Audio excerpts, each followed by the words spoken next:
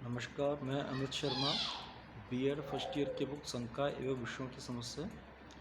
कल तक अपन प्रदर्शन विधि के बारे में अध्ययन किया था।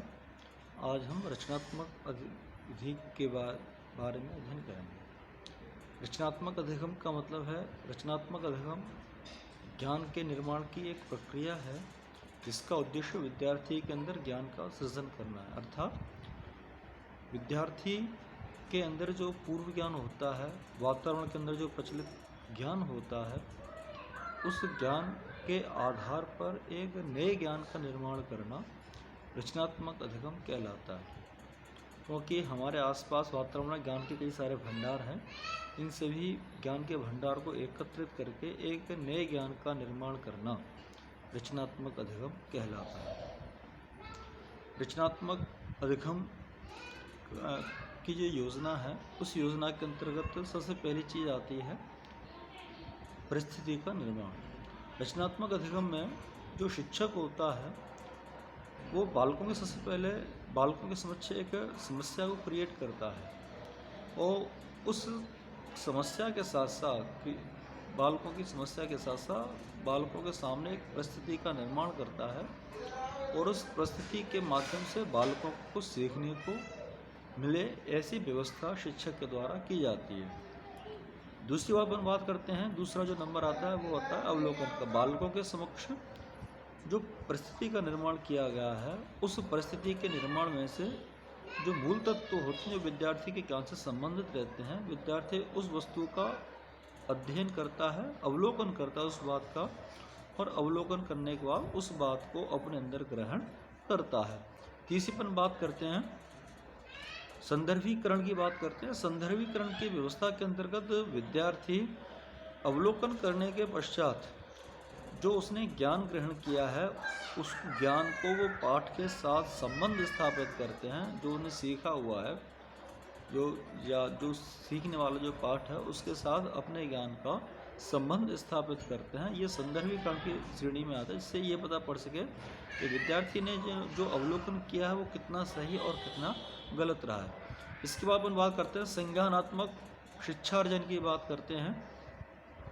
संज्ञानात्मक शिक्षार्जन में विद्यार्थी जो सीखता है, विद्यार्थी ने अवलोकन के बाद जो संदर्भीकरण किया, पाठ के साथ सीखा, उसको फिर अपने शिक्षक के सामने प्रस्तुत करता है और शिक्षक ये उसकी जो सीखा हुई जो बात होती है या सीखे हुए तत्व जो होते हैं, जो नए ज्ञान को विद्यार्थी जो अर्जन करता है, उस नए ज्ञान के अर्जन में शिक्षक उसकी व्याख्या करता है, उसको बताता है कि उन्होंने कितना जो ग्रहण किया वो कहाँ तक वो सही था, कहाँ तक गलत था। वो सारी जो उसकी जो पूरी व्याख्या होती है, उसके सकारात्मक उसके नकारात्मक रूप में, वो पूरी व्यवस्था जो है, वो पूरी व्याख्या शिक्षक के द्वारा प्रस्तुत की जाती है।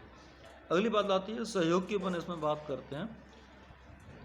ये जो बात है, जो विद्यार्थी जितने विद्यार्थी होते हैं, सभी विद्यार्थियों के जो ज्ञान जो ग्रहण होता है वातावरण के माध्यम से, पूर्व ज्ञान के माध्यम से, उस ज्ञान की जो व्याख्या करता है, उस ज्ञान की व्याख्या के बाद सभी विद्यार्थी आपस में एक दूसरे का सहयोग करते हैं, एक दूसरे के जो ज्ञान है उसको देखते हैं, उनकी बातों को समझते हैं, उन्होंने क्या क्या ग्रहण किया, उनमें क्या क्या नई बातें थीं, उस चीज़ को वो स्वीकार करते हैं और एक नई जो विषय वस्तु है उसका भी एक निर्माण बालकों के द्वारा किया जाता है। इसके बाद अपन बात करते हैं निर्वचन सृजन की बात करते हैं। निर्वचन सृजन में जो विद्यार्थी हैं वो विश्लेषण के द्वारा, अभ्यास के द्वारा अपनी जो परिकल्पना है उसका एक निर्माण करके उसको प्रमाणित करते हैं, प्रमाणित करने की कोशिश करते हैं अपने तर्क के माध्यम से, अपने विचारों के माध्यम से। जो उन्होंने सीखा उसको तर्क के प्रस्तुत करने की कोशिश करते हैं सभी विद्यार्थियों के और अध्यापक के समक्ष। अगली पर बात करते हैं बहुविध व्याख्या की बात करते हैं। जब विद्यार्थी अपनी परिकल्पना को सभी के सामने प्रस्तुत करते हैं, उसके बाद विद्यार्थी पाठ की सहायता से जो ज्ञान उन्होंने ग्रहण किया उसको विद्यार्थियों के समक्ष प्रस्तुत करते हैं और तर्क के माध्यम से उसको मजबूती के साथ प्रस्तुत करते हैं और जो उन्होंने ग्रहण किया है उस तर्क की रक्षा करते हैं विद्यार्थी और अपने आप को वहाँ सही प्रस्तुत करने की कोशिश विद्यार्थियों के द्वारा की जाती है, जिससे कि वो अपने उत्तर को सही सिद्ध करने की कोशिश करते हैं, अपनी व्याख्या को सही सिद्ध करने की कोशिश करते हैं विद्यार्थियों के द्वारा। इसके बाद बात आती है बहुविध अभिव्यक्तियों की बात आती है। ये सारी जो प्रोसेस कंप्लीट हो जाती हैं और जो विद्यार्थी के पास जो प्रकरण होता है, जो पाठ वस्तु होती है, विषय वस्तु जो होती है, उसके आगे और पीछे दोनों ही व्यवस्थाओं से रूप में उसको उसकी जो ज्ञान जो ग्रहण किया उसको वास्तविक घटनाओं से जोड़ने का प्रयास किया जाता है। वास्तविक घटनाओं से जोड़ने का प्रयास का मतलब है कि जो भी उन्होंने सीखा है उसको वो वातावरण के साथ संबंध स्थापित विद्यार्थी करते हैं, जिससे कि जो ज्ञान उन्होंने जो सीखा है उस ज्ञान को वो सही सिद्ध कर सकें।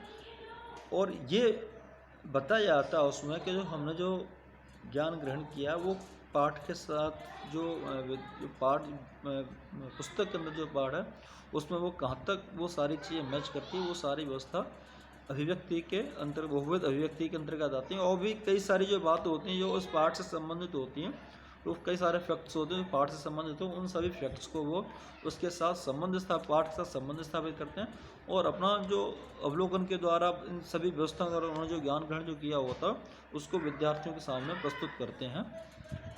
कल अपन रचनात्मक अधिगम के गुण और दोषों के बारे में चर्चा करेंगे। आज के लिए इतना ही, धन्यवाद।